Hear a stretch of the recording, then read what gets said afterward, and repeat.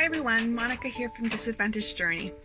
Sorry it's been a little while. I had some technical difficulties. Mainly I didn't have a phone to use. So I'm back again. I'm making a cold winter favorite, Ukrainian style potato soup. So I hope you enjoy and I hope you give it a shot, and it's delicious. So we start out with a package of bacon, and we're going to use about half of it in this recipe. We're going to slice it into little tiny strips, and then we're going to fry it. Nicely fry up the bacon till it's nice and crisp. Take one medium onion and dice up coarsely. We're going to take 2 stalks of celery and chop it up into small pieces, and then we're going to add it to the onions that are frying in the bacon fat. There we go. Now you want to cook them until it just starts, the onions just start to turn clear, and then we're going to put them in the pan with the bacon. Okay, we've added the cooked celery and onion to the pot, and now we're gonna just do a little bit quick fast fry on the potatoes before we add them to the pot as well. And we can also add the seasoning, a little bit of salt and pepper on them as well here. Yeah, so just brown up the potatoes really nice so that they get a little bit of a crunchy crispiness to them. Not everybody does this with potato soup, but I know from experience it really makes a big difference in the texture and the taste of it. So it's well worth taking your time to do it.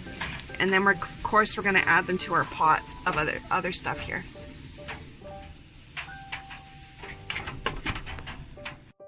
Okay, so I've added everything all together and give it a little bit of a stir. Now a rule of thumb is, I don't like measuring everything, so basically what you want to do is you want to make sure that you're going to use water, and you want to just make sure that it's just covering the potatoes, and then you know that you have the right amount. Okay, so that's about right where we are here.